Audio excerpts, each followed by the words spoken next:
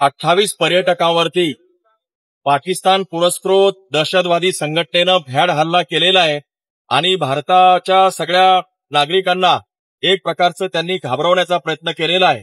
पाकिस्तान या अशा हालचाली या हरकती वारंवार करत असून आपल्या भारताच्या सार्वभौमत्वाला धक्का पोहोचवण्याचं काम करत आहे। परंतु कालचा जो हल्ला झाला तो अतिशय भ्याड हल्ला आहे, तो निंदनीय आहे।